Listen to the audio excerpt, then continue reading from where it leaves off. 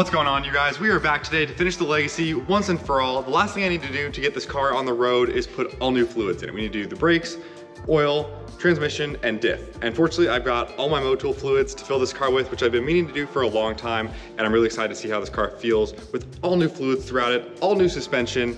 And in this video, we're gonna drive this car for the first time in, I think it's been 14 months. It's been a long process to get here. But let's go and start getting fluids put in. I'm gonna show you what we're putting in real fast, and then we'll start the actual work. So we've got a whole assortment of Motul fluids here, and I knew I was forgetting one system. We also have to do the power steering system, which we've got the Motul multi-ATF for.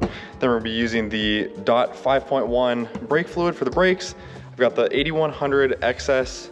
This stuff is super good for Subaru motors, and we're running this in the 5W30. And last but not least, we've got their Gear 300 to run in the transmission and diff. So we're gonna start working through here one at a time.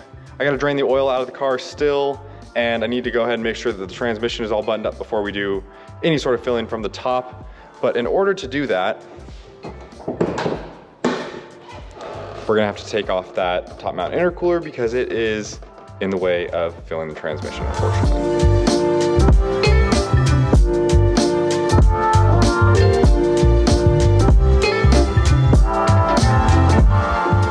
I was so not prepared for that. It's not even funny. I could have sworn on my life that I emptied the transmission because I had the axles out when we disassembled everything. The drive shaft was out. I emptied the diff. I would have put so much money that I emptied the transmission, but I was very unprepared when that gear oil started pouring out because I did not have anything to put that in. Yeah, I was not expecting that at all. So I'm gonna drain that out, drain the engine oil, and then we'll get a new fluid put in. All right, after last night's whole oil spill situation, I tapped out. I went inside, it was like 10 o'clock, and I said, I'm done.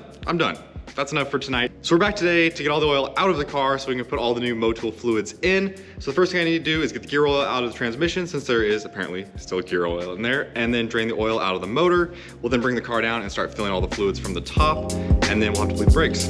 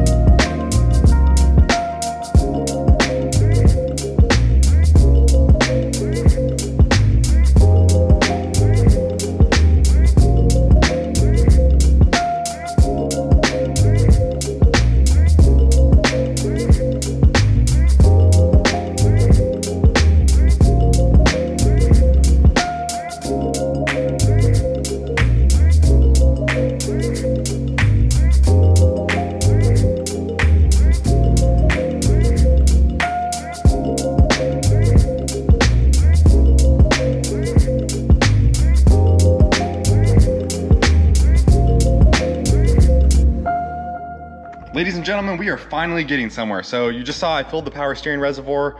Now we need to turn the car on and move the wheel back and forth to actually bleed this system. So that's not completely done yet, but I want to go ahead and get the brakes bled, or at least get brake fluid in the system so all the systems are full when I turn the car on. But we're close, guys. Oil's in, the transmission and diff are filled. I'm gonna go and pull these wheels off so that we can bleed the brakes. I'm not gonna film that. You guys have seen me take the wheels on and off this car more than I care to admit. So I will see you in a sec. Okay, the wheels are off the car for what I hope is the final time. I've gone around and checked that all the bleeder valves are tight, so it's time to start bleeding this system.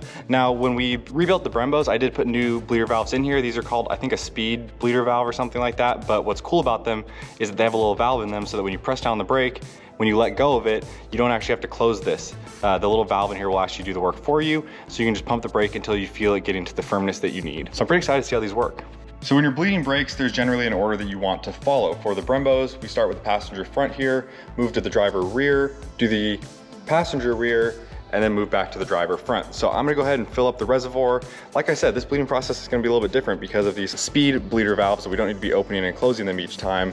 So I'm curious to try those out. I'm gonna go ahead and put our Motul .5.1 into the car. Now I'm using 5.1 because I'd had some issues in the past where on rallies or when the car was being driven super hard that I'd noticed that the pads would get a little mushy and I was feeling like I was getting close to boiling. So this is gonna give us a higher boiling point, and 5.1, if I remember correctly, is also compatible with .3 and 4. So I'm gonna go ahead and fill up the master cylinder up here and start working on bleeding the brakes.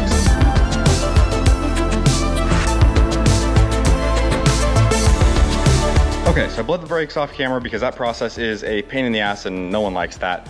But it brings me great joy to say we're gonna be starting the Legacy GT here in just a minute for the first time in I don't even know how long. We've got fresh Motul oil in the system. We've got new Gear 300 in the transmission and the diff. We've got the brakes bled with Motul .5.1. Now the last system to finish off is this power steering. I filled up the reservoir earlier with Motul ATF, but we need to bleed this. So what we're gonna do is turn the car on in accessory mode and rotate the wheel back and forth to start bleeding the system. We're gonna keep an eye on this reservoir to make sure that it doesn't get too low, and then eventually we'll put the car back down on the ground and rotate the wheel a few more times with the tires actually on the ground and the car under load.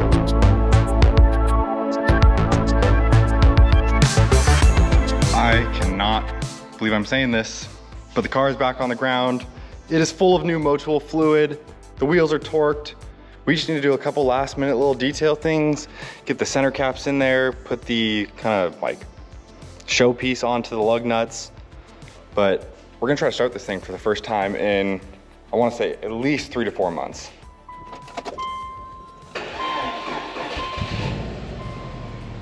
She's back. Woo!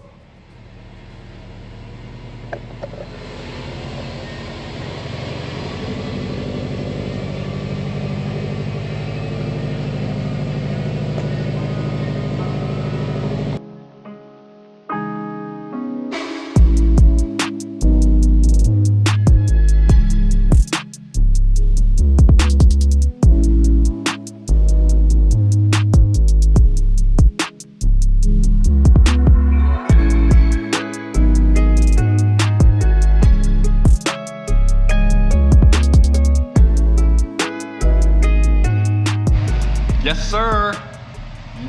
The Legacy has started for the first time in 3 to 4 months. I've had it running for a while now.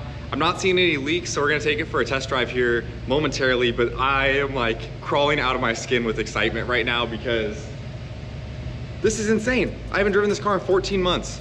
14 months. I like was sitting in the car just so happy, and I'm rambling, but I'm so excited, you guys.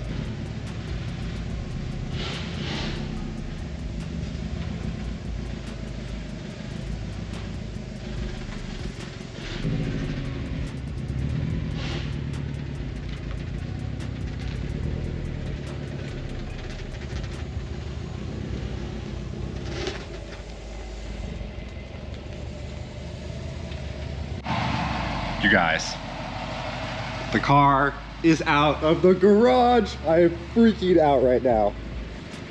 I've been waiting for this moment for so long. Look how good it looks. Ooh. We gotta get the spats back on in the front and rear.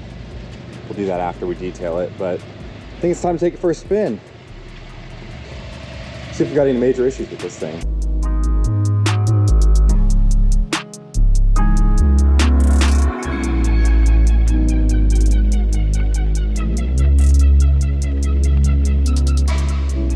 Unbelievable. I'm completely speechless right now. We drove the Legacy for the first time in 14 months, and it went relatively smoothly. There's a small rubbing noise kind of coming from the front end, so I pulled it back in the garage. We're gonna put it up on the rack tomorrow and see if I can see anything that's going on. But otherwise, it sounds pretty good, it feels good, and I cannot wait to get the car aligned and actually feel what it feels like with all the new suspension bits, because it's just gonna be so sick.